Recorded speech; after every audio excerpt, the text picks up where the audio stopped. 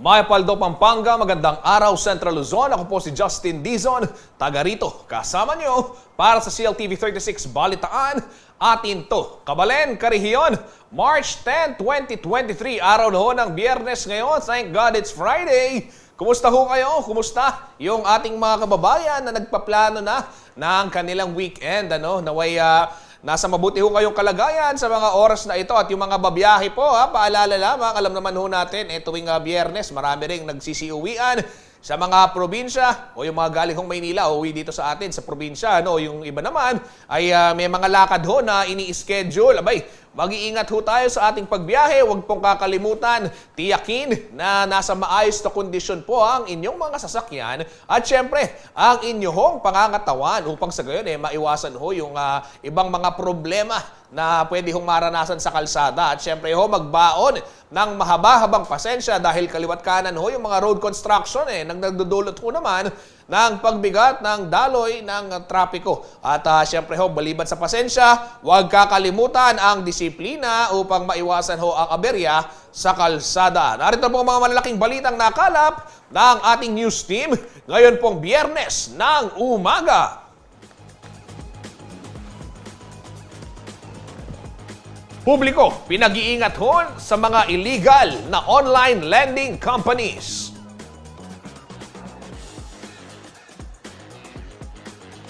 Usapin ng dagdag singil ng Spelapco, didinggin na sa Senado. Pagbisita ng Taiwanese investor sa Clark Freeport Zone, hudyat ng lumalagong lokal na ekonomiya.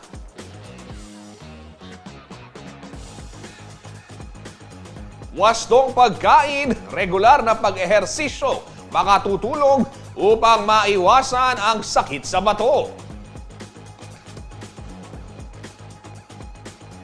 At Docu-Bata National Council for Children's Television, mapapanood na po sa CLTV 36.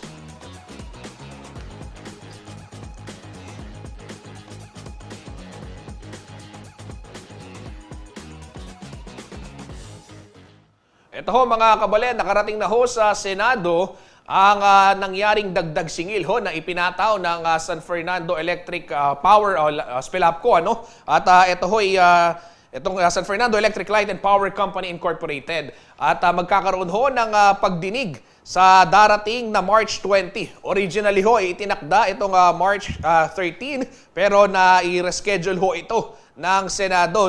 Ang uupo ho sa naturang pagdinig ito nga mga miyembro naman ng komite sa enerhiya. Ang pinangungunahan po ni chairman ng committee na si Senador Raffy Tulfo at kabilang naman si Vice Chairperson Win Gatchalian. Ang mga miyembro ho ng Senate Committee on Energy, sina Senator Nancy Binay, Senator Angara, Senator Bato de la Rosa, Senator Bongo, Senator Francis Tolentino, Senator Lito Lapid, Senator Chis Escudero, Senator Grace Poe, Senator Alan Cayetano, Senator Pia Cayetano, Senator Mark Villar, Senator Joseph Victor Ejercito at si Senator Risa Ontiveros. So basahin ko lamang yung inilabas hong notice of change of schedule and venue ng Senado. Please be informed that the hybrid public hearing of the Committee on Energy on Senate Resolution number 512 o yung pong resolution directing the appropriate committee of the Senate to undertake an inquiry in aid of legislation on the alleged violation of San Fernando Electric Light and Power Company Incorporated or Spelapco including the Power Commission o Power Supply Agreement in the retail rates without the approval of the Energy Regulatory Commission. At yun nga ho, inaitakda sa March 13, pero mamamove ho yan sa March 20, alas 10 ho ng umaga sa may Senator Laurel Room sa Senate of the Philippines. Asahan ho ninyo, natututukan naman ng CLTV 36 ang magiging pagdinig na yan live at ihahatid po namin sa inyo ang mga kaganapan mula sa Senado sa 20 ho ng Marso.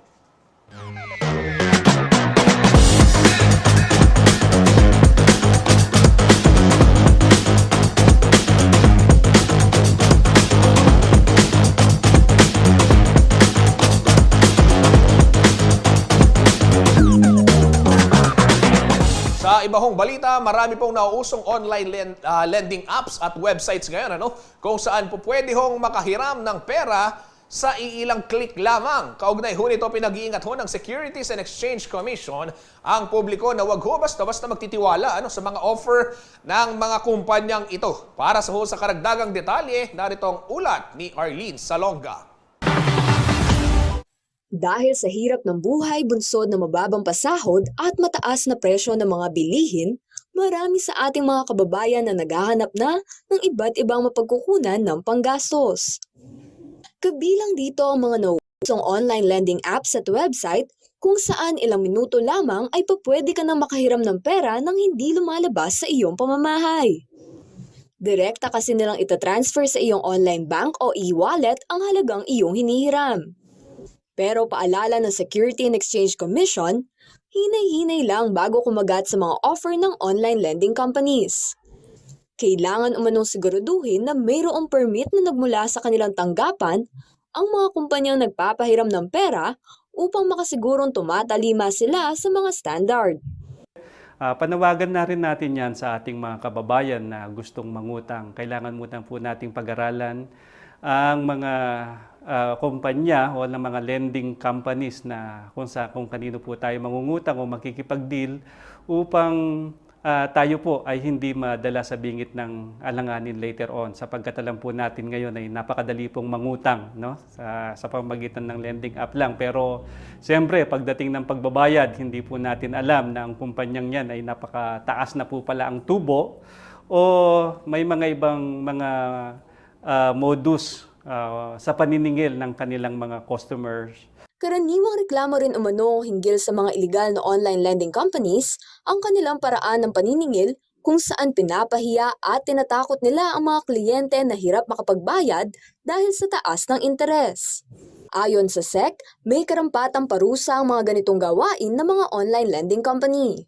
Siyempre, ang SEC kapag nakita natin na mayroong violation ng mga kumpanya, alinmang lending institution, kung nangaharas sila, kung insulto nila ang kanilang mga kliyente o mga taong hindi nakakabayad sa kanila, ito ay maaring magkaroon ng kaukulang penalty and to the maximum, ma-revoke ang kanilang kumpanya dahil nga sa violation na kanilang ginagawa. Dagdag pa ng SEC na hindi maaaring magkaroon ng access sa contact list ng kanilang mga kliyente ang mga online lending company.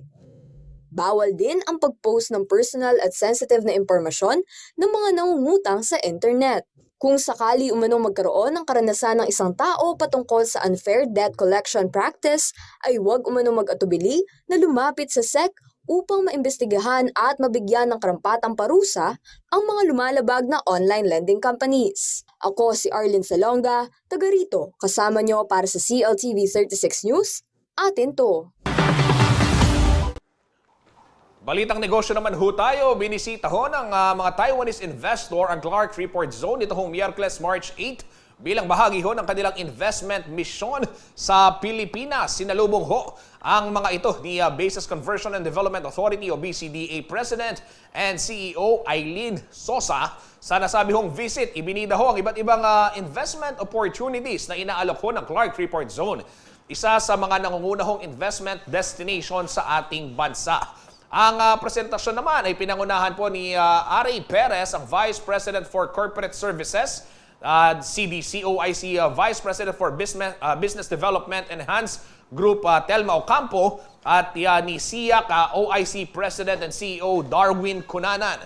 Ayon naman ho kay Attorney Edgardo Pamintuan, ang chairman din ng Subic Clark Alliance for Development, ang pagbisita ho ng Taiwanese investors ay nagpapatunay sa lumalagong interes at kumpiyansa sa lokal na ekonomiya.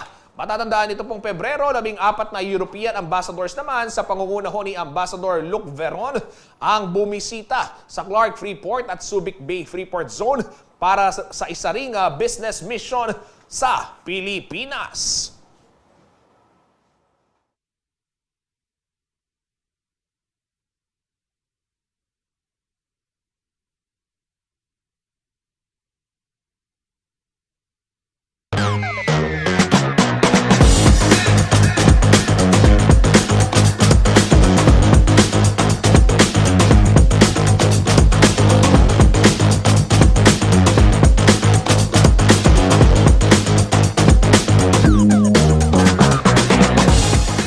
Abangan ho sa pagbabalik ng CLTV 36 Balitaan. Itong publiko, hinihikayat pa rin hong magpabakuna at magsuot ng face mask. Yan at marami pang iba sa aming pagbabalik.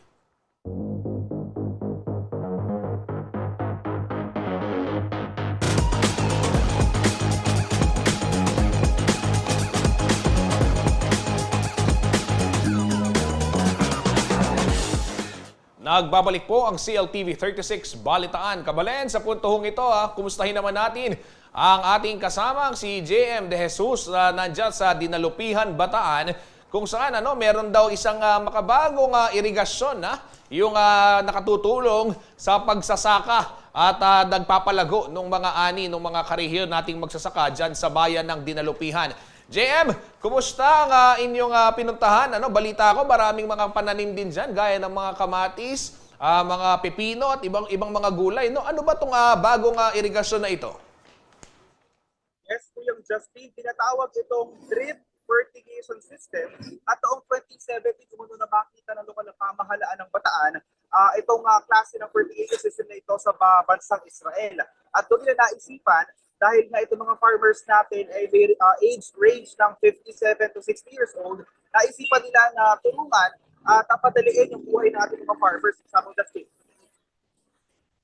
May mga pananim na meron dyan, maliban doon sa mga nabanggit ko. At kumusta yung sitwasyon ngayon ng ating mga magsasaka? Dahil alam naman natin, nariyan na yung mainit yung panahon, ay papalapit na yung summer season. Paano nila pinaghahandaan ito? Yes, Kuyang Justin, kung ikukumpara natin yung lumang paraan ng patubig dito sa ating mga sakahan at yung mga taniman natin ng mga gulay, at ito ay makukumpara mo dahil ito ay mas mabilis at ayon sa mga nakwento nating farmers kanina, kahit sila, mag-isa lang sila pupunta doon sa kanilang mga tinanim na mga gulay at mga pananim, ay kayang-kaya na nila dahil kukuha daw sila ng tubig magmumula doon sa ilalim ng lupa at diretso ito doon sa water reservoir. At pagtapos naman doon ay ipapasok doon sa bagong pinila na kagabitan mula Israel na drip irrigator at doon papalabas doon sa mga main pipe. Kung pagkakasamang Justin, lahat ng mga tanim nila ay nabibigyan ng patubig dahil merong maliit na parang tube na talagang makikita doon sa lahat ng pananim at patak-patak umano ito habang binubuksan yung main pipe. Kaya naman pantay-pantay yung patubig sa lahat ng kanilang mga itinanim. Kaya naman kanina nakita natin yung mga tanim na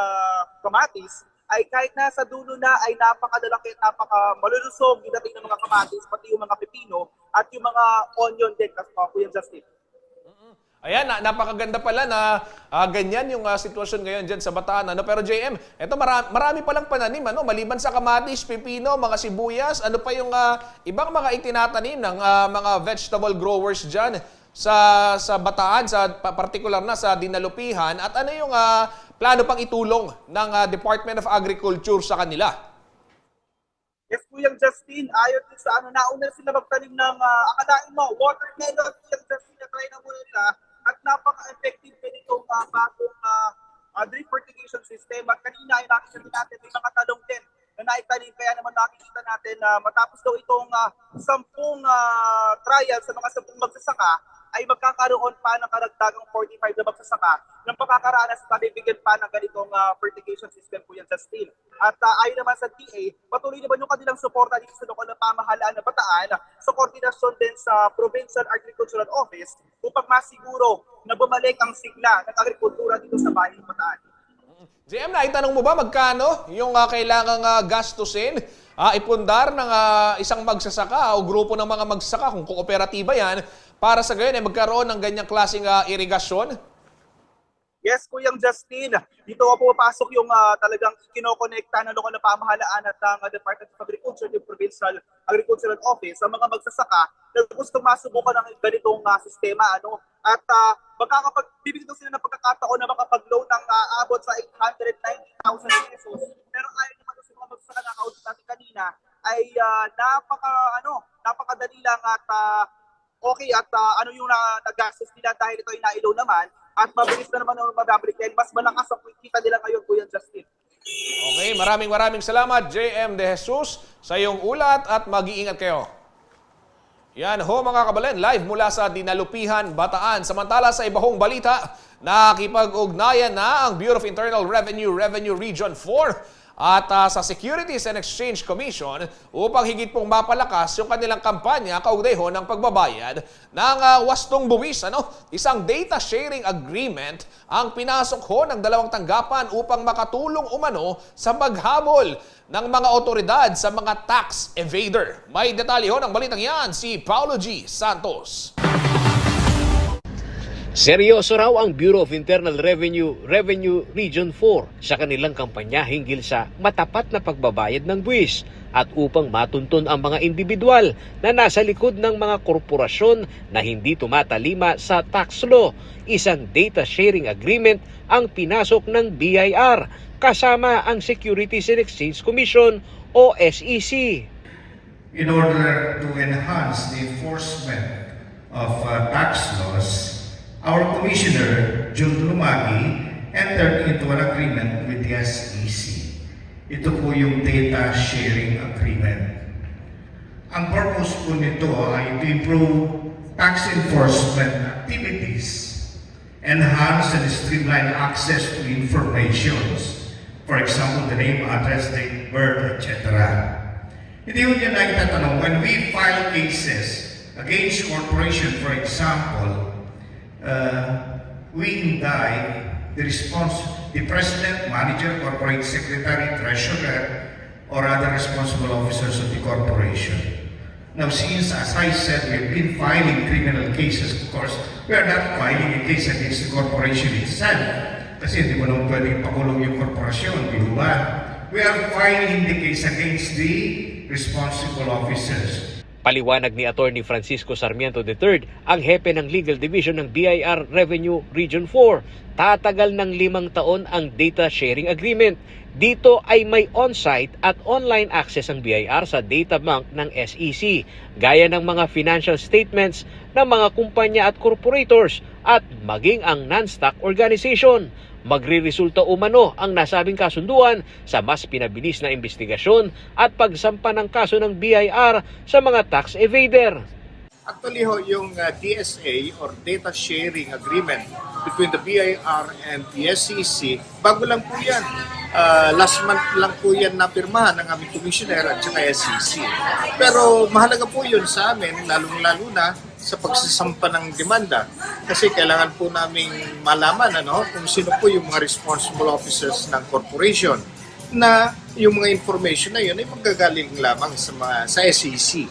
So, napakamahalaga itong mga information na ito na makukuha namin sa SEC. Lalong-lalo na kung may bibigay sa amin itong mga information na ito ng mabilisan.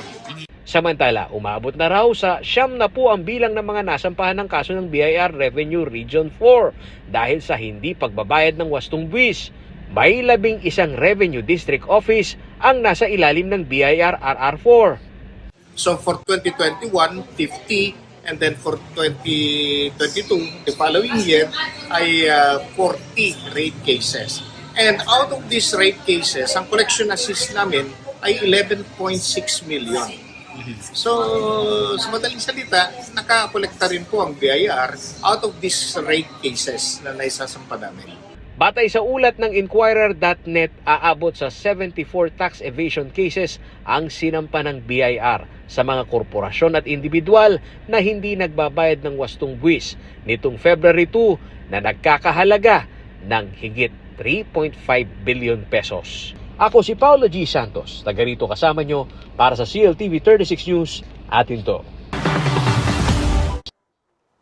Dumako naman ho tayo sa ibang balita. Ito mga kabalen, kung matatandaan ho ninyo, Oktubre ho nung nakaraang taon nang i-anunsyo ho ng Palasyo ng Malacanang ang voluntaryo hong pagsusuot ng face mask sa mga indoor at outdoor spaces. At ito ho'y bunso naman ang pagluluwag ho ng restriksyon ng COVID-19 o yung pagdami ho ng bilang ng mga nabakunahan at maging yung mga tumanggap ho ng booster shots. At nito pong March 8, 2023, umabot ho sa mahigit 70 million ang bilang ho ng mga nakatanggap ng first vaccine dose. Humigit kumulang 74 million naman ang nakakuha po ng kumpletong dosage At sa bilang ho na ito, 21 million pa lamang po yung merong booster shot. Sa tala ho ng DOH, mahigit 9,000 ang aktibong kaso ho ng COVID-19 sa bansa. Sa kasalukuyan, 913 ho sa mga ito ay mula sa Central Luzon. Sa pagbisita ho ni Senator Bongo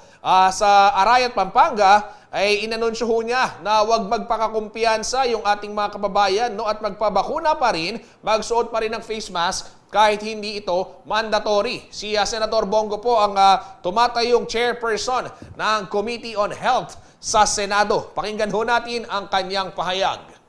Antayin na lang po natin ang formal na pag-anunsyo ng World Health Organization. At as Committee Chair on Health po sa Senado, habang naririnig pa natin na may nagkakasakit ng COVID, ay huwag tayo maging kumpiyansa. Kahit hindi po mandatory ang pagsusuot ng face mask, ay magsuot pa rin tayo dahil hindi natin alam kung sino po yung may dalang sakit pag-uwi nila ng pamamahay na maaaring mahawa ng COVID-19. At iniingganyo ko po ang bawat Pilipino na magpabakuna. At kung qualified na ho kayo sa booster, magpa-booster na po tayo. Dahil napakababa po ng vaccination rate natin sa booster shots. Mandiyan naman po ang bakuna, kaysa naman po masayang, magpapakuna na po tayo at mas protektado tayo pag tayo po ay bakunado. Bakuna po ang tanging susi o solusyon para unti-unti na tayo makabalik sa ating normal na pamumuhay.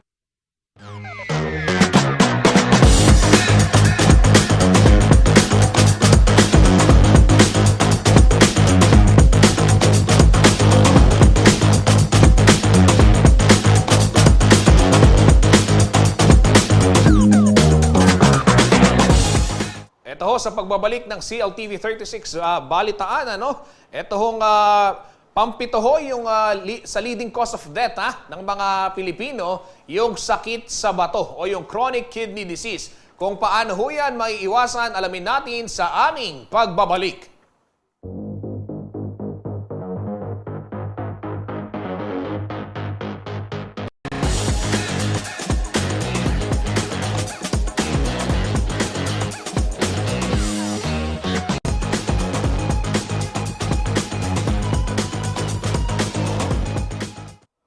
Nagbabalik po ang CLTV 36 Balitaan. Kabalen, karehiyon, kasabay ho ng pagdiriwang ng International Women's Month ay isang visual artist po ang nagbukas ng kanyang exhibit sa Clark Marriott Hotel na pinamagatang The Fight Was Won, a tribute to Dane. Layo naman nitong makapagbigay ho ng inspirasyon sa mga kababaihan na maraming pinagdadaanan. Silipin ho natin ang mga naggagandahang acrylic on tissue paintings sa ulat na ito. Bata pa lamang si Donna Sarmiento Camaya nang mahiligan niya ang pagpipinta. Tila nasa dugo na raw ng kanilang pamilya ang pagiging malikhain dahil pati mga kapatid at pinsan niya ay may talento rin sa sining. Isang registered nurse at educator si Sarmiento Camaya mula sa San Fernando, Pampanga. Nagtrabaho siya bilang nurse at clinical instructor sa Middle East at noong 2018 ay nagdesisyon siyang mag-focus sa pagnenegosyo at sa paggawa ng mga artworks. Matapos piliin ang kanyang pangarap, sinubok ng magkakasunod na dagok ang katatagan ni Sarmiento Camaya. Nagkaroon ng karamdaman at kalaunay sumakabilang buhay ang kanyang asawa noong 2020. Matapos ang ilang buwan, pumanaw ang kanyang anak na si Dane dahil sa chronic kidney failure. Sa kabila ng mga bagyong kanyang pinagdaanan, hindi sumuko si Sarmiento Camaya.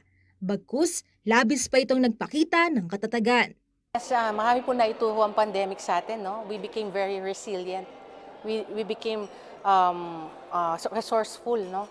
So, as for me as a woman, ang masasabi ko lang is never stop. Never stop. You can rest but don't stop.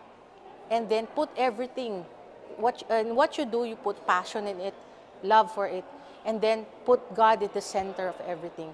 And everything will fall into its right places. So everything is to God be the glory po. At kasabay ng pagdiriwang ng International Women's Day nitong March 8, binuksan ang art exhibit ni Sarmiento Camaya sa Clark Marriott Hotel na pinamagatang The Fight Was Won, a tribute to Dane.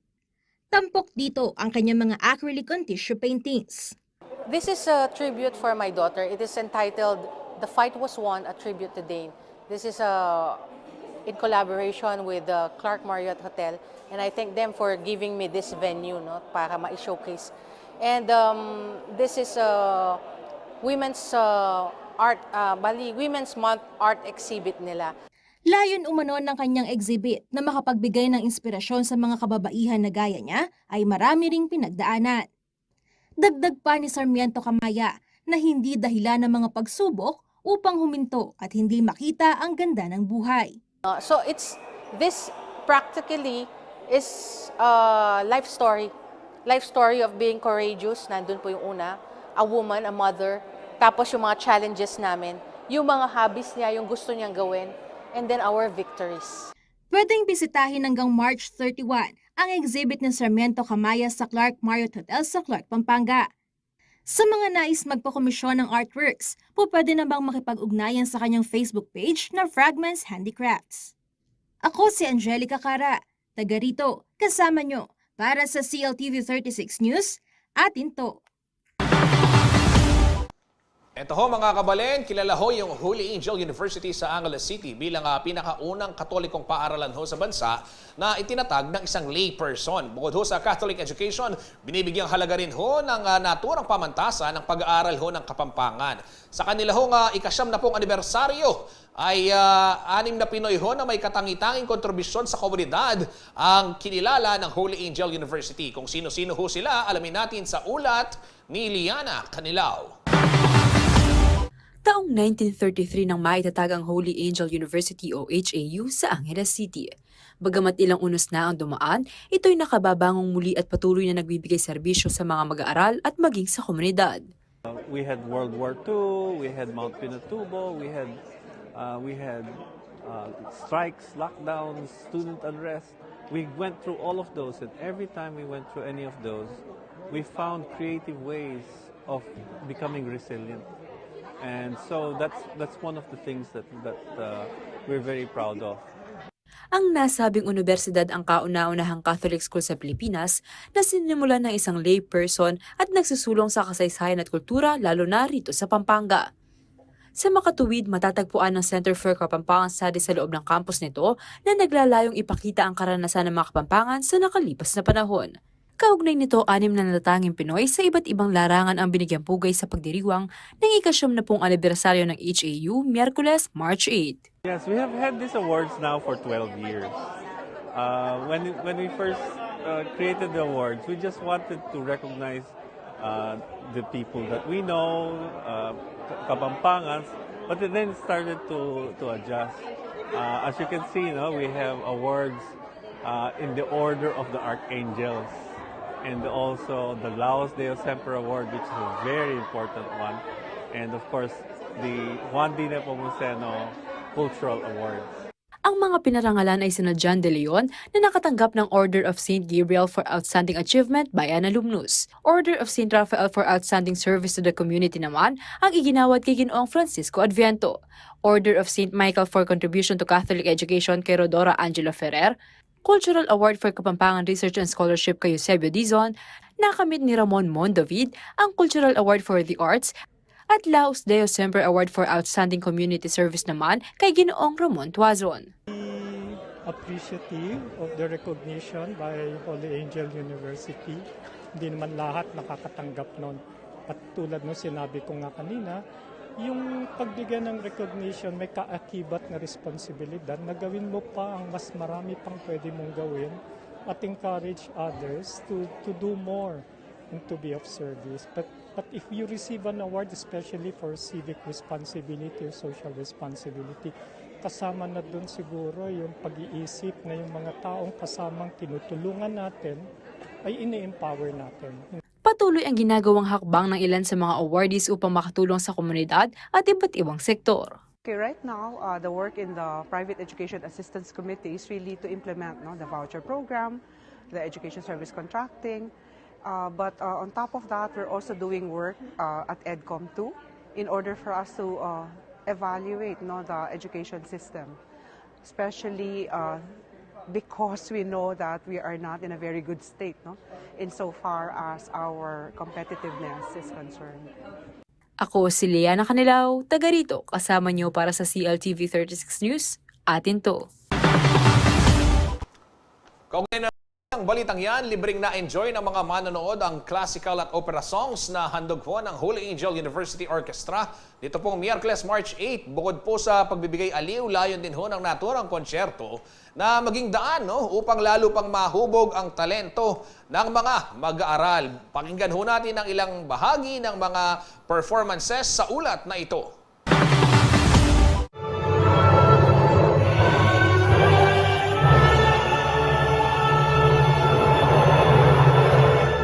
Isang libreng konsyerto na pinamagatang A Night of Opera Classics ang handog ng Holy Angel University o HAU Orchestra sa publiko bilang bahagi ng selebrasyon ng kanilang ika-70 anibersaryo, Miyerkules, March 8.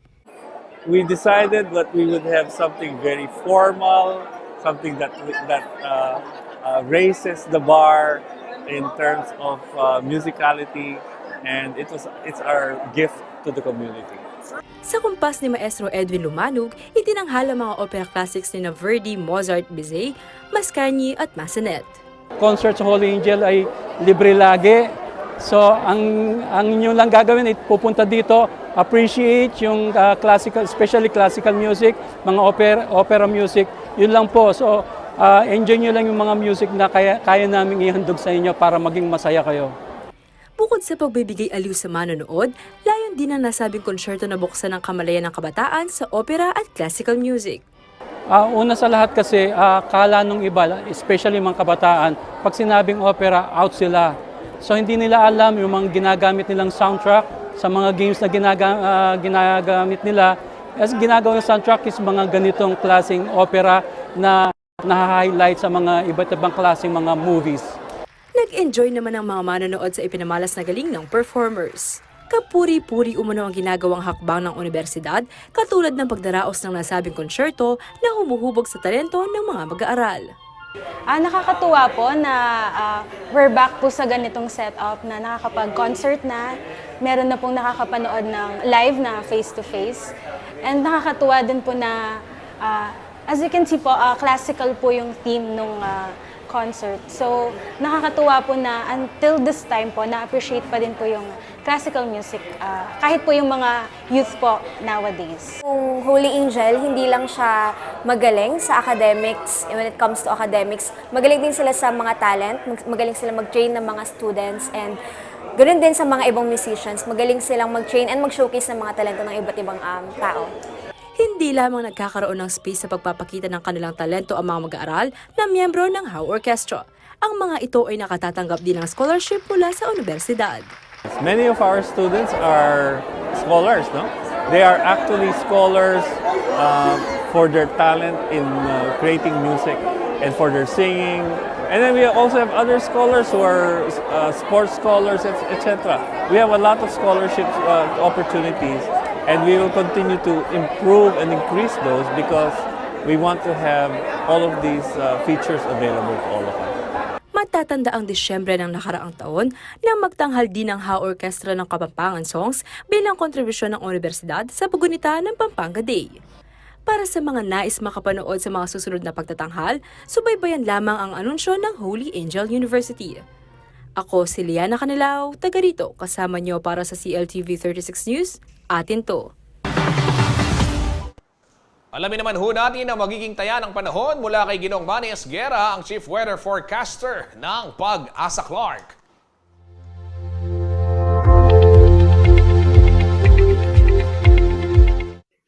Narito po ang magiging taya ng panahon sa susunod na 24 oras. Sa ngayon po ay northeast monsoon pa rin po nakakaapekto sa buong Luzon at kaya po ang Metro Manila at nalalabing bahagi pa ng Luzon kasama na po dito ang Pampanga ay magiging bahagya hanggang sa kuminsan ay magiging maulap din po ang papawirin. Meron lamang po inaasahan mga mahihinang pagulan. Ito po ay dulot ng anihan o northeast monsoon. Samantala po ang Visayas at Mindanao ay magiging bahagya hanggang sa kuminsan ay magiging maulap din po ang papawirin. Meron lamang pong inaasahan ng mga pulupulong mga pagulan at pagkulog-pagkidlat. Ito po ay dulot naman ng localized thunderstorm. Sa Visayas at Mindanao po ay naapektuhan ng localized thunderstorm ay posible po dyan ang mga flash floods at landslide, kaya pinag-iingat po natin ang ating mga kababayan dyan sa may parte ng Visayas at Mindanao. Especially po, ito po ay during severe thunderstorm o yung malakas na thunderstorm po ay posible po ang flash floods at landslide. So pinag-iingat pa rin po ang lahat. Salamat po.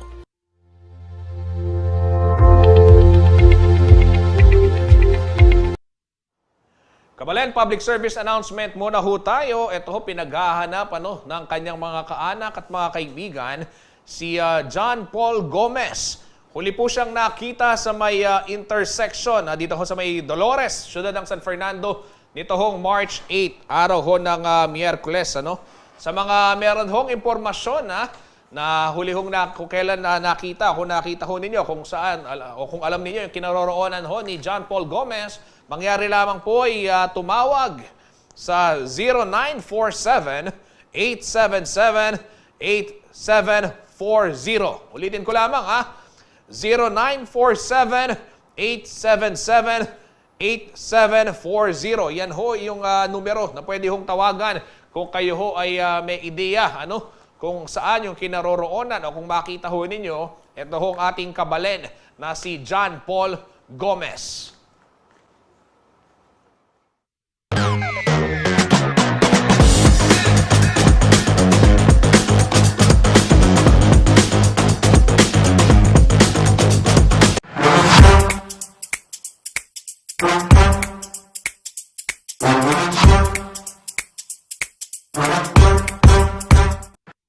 Bago ako tuluyang magpaalam, bigyang daan muna ho natin itong ating topic, question of the day. Ayan, dahil Biyernes ngayon, nanuyaing highlight ni Kekang Paruminggo. Ano ho yung highlight ng iyong nagdaang linggo, itong buong week na to, Alamin natin yung masagot ng ating mga kabalen at mga karehiyon. Sige nga.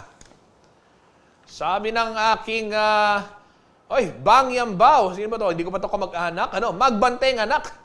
Ayan, sabi ni Bang Yambao, ayan, magbante ang anak. Ayan. Si Rachel Garcia naman, oy tapin soy, king Paruminggo magobra soy. Kailangan soy.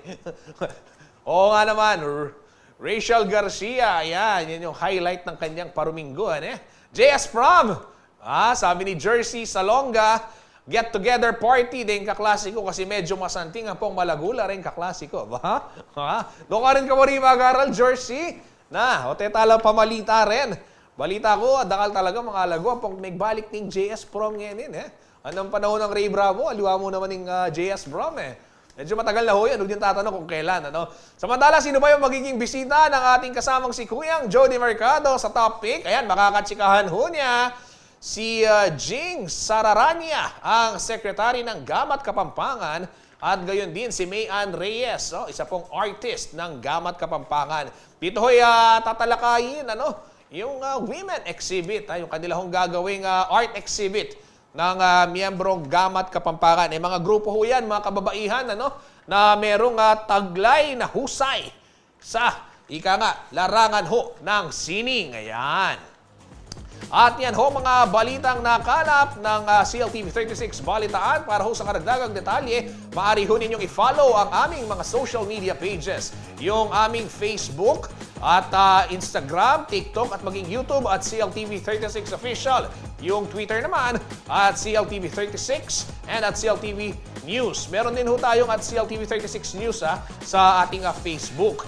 At kung nais ho ninyong balikan yung mga programa, bumisita lamang sa ating YouTube channel, yung nabanggit ko kanina, at maging sa ating website, cltv36.tv. Mapapanood din ho nationwide ang mga programa ng CLTV via Signal Channel 115 at dito naman ho sa Central Luzon sa ating 39 cable partners at maging sa Free TV Channel 36. Kasama po ang buong pwersa ng CLTV 36 News and Current Affairs. Ako po si Justin Dizon, taga rito, kasama nyo para sa CLTV 36 Balitaan, atin to.